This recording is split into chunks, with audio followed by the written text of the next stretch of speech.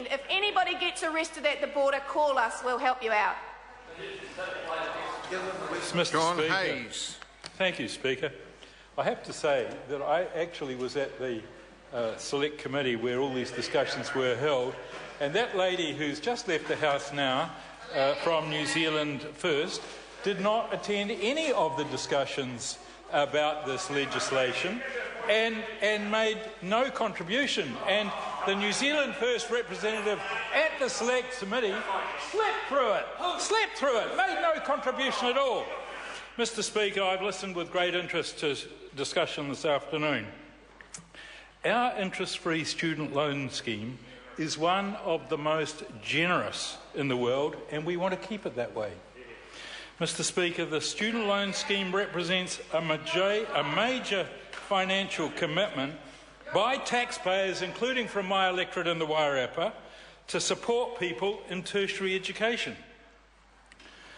The government wants to support students in tertiary education, but that it is important for students to take personal responsibility for repaying their loans. And I agree with Holly Walker.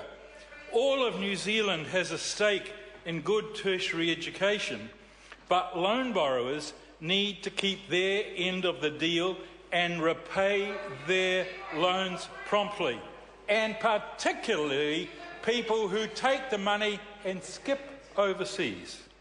Mr. Speaker, I don't agree with David Clark or Grant Robertson, who've spoken earlier today, who want to give taxes from hard-working people in my electorate to in the Wairarapa to people who won't pay their bills or won't meet their fair obligation.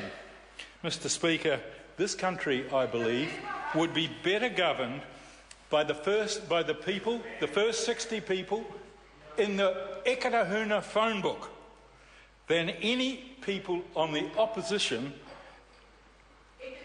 who want to be elected to govern this country later in this year.